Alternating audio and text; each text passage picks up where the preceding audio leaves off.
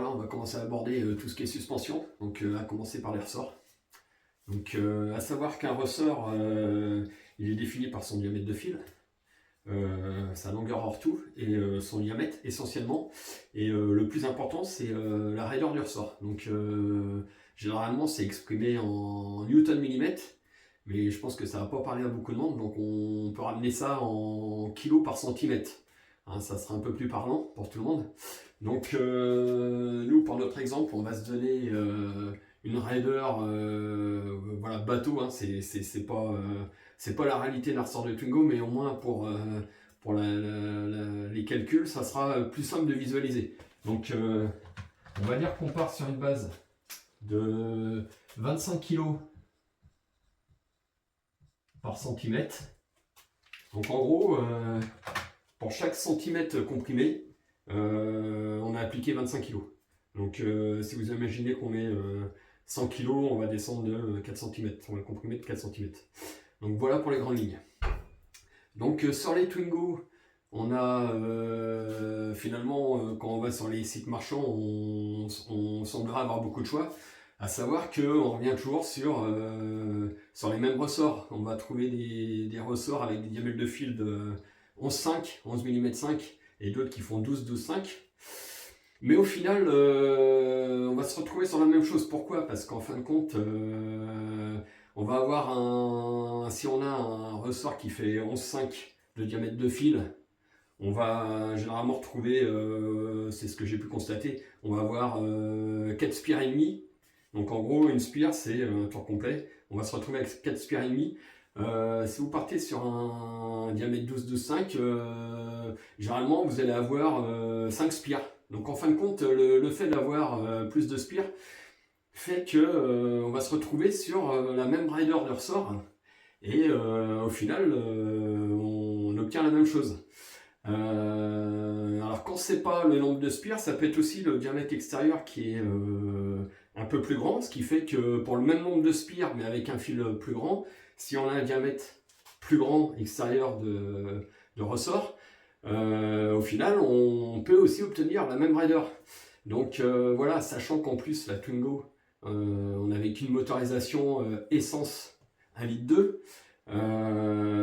C'est pas comme certains modèles de véhicules où on a des modèles diesel, etc., ou des modèles un peu plus lourds, où là effectivement pour un même amortisseur on peut mettre des ressorts plus rigides, on va pouvoir trouver des ressorts plus rigides. C'est pas le cas de la Twingo.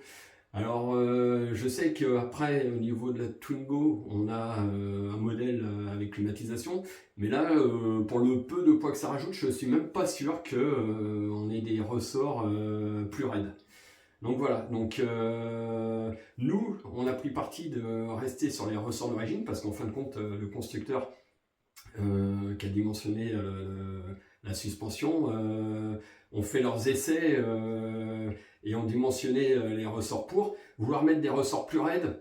Moi je ne conseille pas parce que le comportement va pas être sain, surtout que là l'idée, nous on fait pas de la piste où là effectivement on va tendance à rigidifier le châssis. On n'est pas sur un bitume ou en fin de compte un asphalte ou sur circuit on a besoin de très peu de débattement et la rigidité, en fin de compte on va avoir une petite sensation un peu karting parce qu'on va sentir la moindre imperfection. Nous sur du off-road, on va demander de la souplesse justement. Donc mettre un ressort plus raide, ça n'a pas de sens. Après il y en a beaucoup, on a constaté, qui passent sur des ressorts de Clio qui sont pour le coup un peu plus raides, un peu plus longs.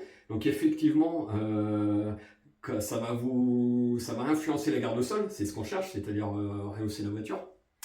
Mais ça va être au détriment du confort, du comportement, de la tenue de route. Hein, parce qu'en fin de compte, une suspension trop raide sur du off-road, sur les bosses, etc., on va avoir possiblement plus de perte d'adhérence. On va tendance à moins épouser le terrain. Et ça joue énormément sur le comportement de la voiture. Donc, garder de la souplesse. Donc, l'idée, c'est plutôt d'aller chercher ailleurs.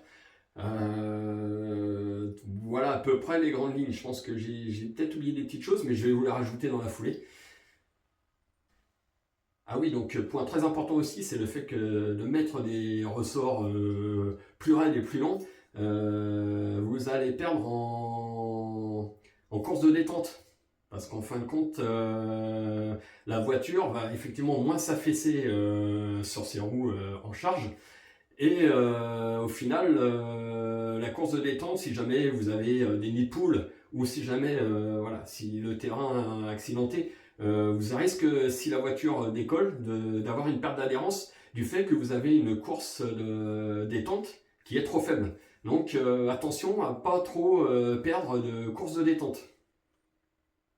Petit détail aussi qui a son importance au niveau des ressorts, c'est qu'en fin de compte, on retrouve sûrement sur les ressorts des codes couleurs. En fin de compte, ces codes couleurs, c'est les codes couleurs fabricants qui permettent surtout de... Parce qu'en fin de compte, sur une production, on peut avoir des variantes de Raider, etc. Et en fin de compte, les ressorts sont appairés ensemble. Et donc, en fin de compte, il faut surtout faire attention à, si vous changez les amortisseurs ou les ressorts seulement, de mettre deux ressorts avec les deux mêmes codes couleurs pour être sûr d'avoir le même comportement. Parce que voilà, il peut y avoir des petites variantes de Raider sur la fabrication. Voilà, donc une fois qu'on a vu tout ça, on va regarder un petit peu le comportement d'un ressort. Donc, comme je disais, un ressort a un comportement linéaire. Donc, nous, on s'était donné, pour notre exemple, 25 kg par centimètre. Donc, avec un comportement linéaire, on va se retrouver, donc, par exemple, 50 kg, on va avoir 2 cm de compression. Pour 100 kg, on va être à 4, et pour 150 kg, on va être à 6 cm de compression. Donc voilà l'idée du ressort linéaire. Voilà, donc une fois qu'on a compris ça, donc dans mon exemple, donc là le trait bleu, c'est on part d'un ressort qui est monté sur l'amortisseur non comprimé.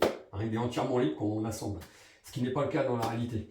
Donc avec ce cas de figure, en partant de ressort non comprimé à 0, donc l'amortisseur complètement en bout de course, on part de 0 et voilà, si on a une course d'amortisseur de 10 cm, on aura 250 kg à l'arrivée en compression. Mais tout le monde a constaté que, en fin de compte, nos fameux amortisseurs, quand on monte les ressorts, on est obligé de les comprimer pour pouvoir les monter. Ils sont très contraints, ces ressorts. Donc là, dans mon exemple, on est parti sur une idée qu'on avait une précontrainte de 100 kg. 100 kg, ce qui correspond à 4 cm d'écrasement. Donc au final, avec déjà cette précontrainte de 100 kg, quand on va arriver en bout de course de l'amortisseur avec les 10 cm, on va se retrouver avec un effort en bout de course à 350 kg contre 250 kg ressort libre. Donc là j'ai représenté la compression du ressort pour la mise en place sur l'amortisseur. Donc voilà, la course est toujours linéaire avec 1.0, 0 kg, 0 cm. Sauf que là, voilà, c'est les 4 cm qu'on retrouve derrière, c'est les 4 cm de compression pour mise en place. Ce qui explique qu'après, on part de 100 kg pour le début de fonctionnement de l'amortisseur. À partir de là, pourquoi une précontrainte sur le ressort? Donc, vous allez voir, ça va être facile à comprendre, c'est qu'en fin de compte, supposons qu'en notre voiture, on a 300 kg sur le train avant. Donc, ça ramène à 150 kg par amortisseur. Si on n'avait pas de précontrainte sur le ressort, ce qui se passerait, c'est qu'en fin de compte, quand on va poser la voiture sur roue, l'amortisseur, lui, au niveau du ressort, le ressort va se comprimer de 150 kg, c'est le poids qu'il voit. Donc 150 kg, alors qu'on n'est pas préchargé, 150 kg, ça fait descendre la voiture de 6 cm. 6 cm, ça veut dire qu'après, on n'a plus que 4 cm de fonctionnement d'amortisseur en compression, donc c'est beaucoup trop juste. Donc l'idée d'avoir une précontrainte sur le ressort, ce qui est le cas, hein, on est obligé de monter les ressorts avec des étriers pour pouvoir les comprimer, pour les mettre en place. C'est que voilà, si je prends par exemple qu'on fait une précontrainte de 100 kg sur le ressort, 100 kg sur le ressort, voilà, donc sachant que chaque amortisseur voit 150 kg de poids du véhicule, Donc là, avec une précharge de 100 kg, pour 150 kg, l'amortisseur ne va s'écraser que de 2 cm au lieu de 6. Donc 2 cm au lieu de 6, là, du coup, on a 8 cm de course en compression, alors que si on n'était pas préchargé, on n'avait que 4 cm. Donc voilà l'idée de la compression. Donc là, comme je vous disais, pour une précharge à 100 kg, avec une charge à 150 kg sur l'amortisseur, donc le delta des deux, là, les 50 kg, on a 2 cm. Ça nous fait 2 cm de détente.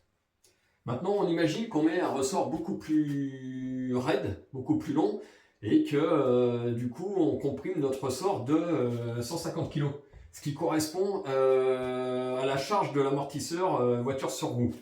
Donc là, ça voudrait dire que, en fin de compte, quand vous allez mettre le véhicule sur roue, le véhicule ne va pas descendre du tout. Voilà, parce qu'en fin de compte, la précharge est égale ou supérieure au poids que voit l'amortisseur, donc en fin de compte, le véhicule ne va pas descendre. Par contre, ça veut aussi dire que, du coup, 150 à 0, vous allez avoir 0 détente. Donc c'est ce qu'il faut éviter absolument.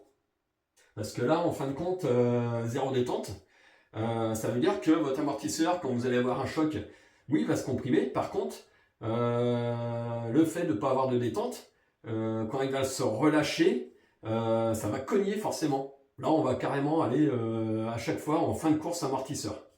Donc là, pas bon du tout. Autre point aussi, c'est attention, je vois beaucoup passer de montage avec des amortisseurs, avec des grosses tiges qui, oui, sur le papier, on peut supposer que c'est plus rigide. À savoir quand même que sur des ressorts d'origine, ils sont quand même testés et éprouvés en conditions assez extrêmes. Pour avoir eu l'occasion de faire quelques tours de circuit au centre technique Lardy, où ils ont une piste qui simule les nids de poules, etc. Voilà, c'est sollicité, vraiment, c'est dimensionné pour que ça tienne. Donc vouloir mettre ces amortisseurs qu'on peut trouver à la limite, je dirais, ça se prête peut-être bien pour la piste, et encore, voilà, je ne sais pas si c'est justifié. Le seul souci de ces amortisseurs, c'est qu'en fin de compte, on est obligé de s'affranchir on s'affranchit de la butée de choc. Et cette butée de choc a son importance parce qu'en fin de compte, elle vient se rajouter au ressort. Donc on va voir ensemble ce que ça apporte. Donc cette butée de choc, qu'est-ce qu'elle nous apporte? Donc en fin de compte, déjà à savoir que c'est une butée en caoutchouc, et elle aura un comportement qui va être différent d'un ressort en acier. C'est qu'en fin de compte, déjà sa courbe ne va pas être linéaire, mais elle aura tendance à être un peu plus exponentielle. L'autre intérêt, c'est qu'en fin de compte, elle est là aussi pour assurer, pour absorber les chocs quand on vient vraiment au taquet. À savoir qu'un ressort en acier peut casser, ce qui est assez fréquent sur les Twingo au final quand les ressorts commencent à avoir de l'âge. Donc c'est bien aussi de prévoir des ressorts neufs, indispensables même. Donc comme je disais, cette butée, elle vient se rajouter au ressort, surtout en fin de course. Parce qu'en fin de compte, en fin de course, là, si la voiture voit plus de 350 kg en choc dynamique, qui correspond à la course maxi de notre amortisseur, on va venir en butée et on va avoir tendance à taper. Donc l'idée de cette butée de choc, c'est qu'elle, en fin de compte, elle va venir absorber les chocs sur les derniers centimètres de course. Et en fin de compte, du fait de sa courbe, on va dire que si par exemple la butée commence à intervenir à cette course-là, en fin de compte, sa courbe, elle, comme elle est exponentielle, on va avoir tendance à monter comme ça, là. On va pouvoir monter assez haut, voire très haut même. Et en fin de compte, elle va venir absorber, d'où son nom, butée de choc. Elle vient absorber l'effort dynamique en fin de course. Et ça va freiner grandement l'effort final. Donc cette fameuse butée n'est pas à négliger, donc je dirais même indispensable. Donc à conserver absolument. Un point qu'on n'a pas abordé aussi, c'est l'usure des amortisseurs. Donc parce que les ressorts, c'est une chose, mais l'amortisseur, lui, son job, c'est de pouvoir amortir aussi bien en compression qu'en détente. Et un amortisseur fatigué va être un peu plus spongieux et voire inefficace quand l'ensemble commence à avoir trop d'usure.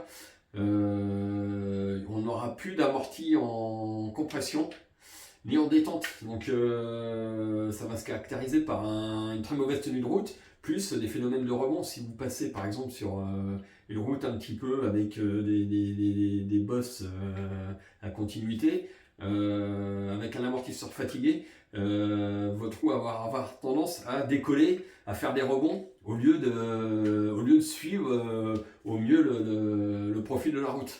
Donc voilà, si votre voiture a quand même pas mal de kilomètres et les Twingo 1 sont toutes âgées, je pense que voilà, mettre des amortisseurs neufs, ça serait presque une priorité avant de penser à la Reos. S'il y a une chose à faire, c'est amortisseur neuf.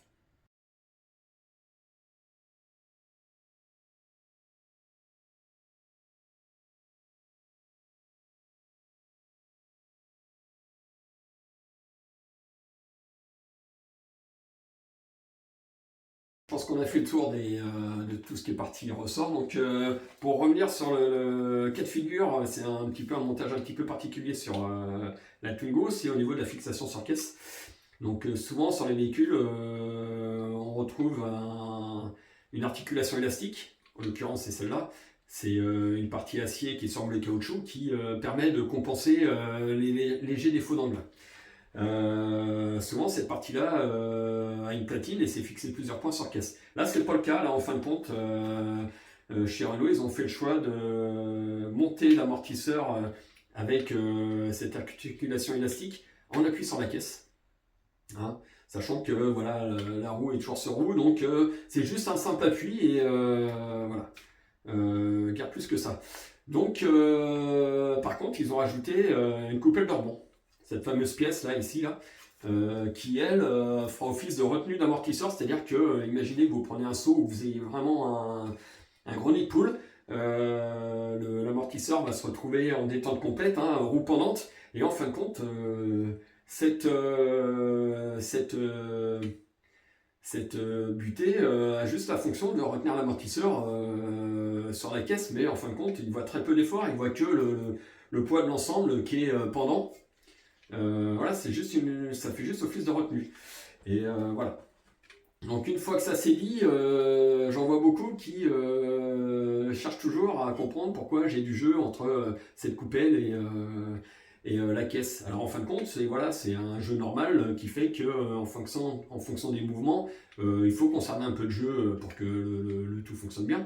Mais en fin de compte, ça sert à rien de supprimer ce jeu, c'est juste, voilà, comme elle a une fonction de retenue, voilà, qu'il y ait un jeu ou pas, ça pose aucun problème. Donc ne pas essayer de courir après. De même que au niveau de l'articulation élastique, elle vient reposer sur une butée à billes. C'est un roulement axial hein, qui son travail c'est juste de reprendre les efforts axiaux parce que en fin de compte le ressort lui sur la jambe de force c'est vraiment des efforts qui sont concentrés sur l'axe et très très peu radialement, ce qui fait qu'en fin de compte c'est juste une butée à billes.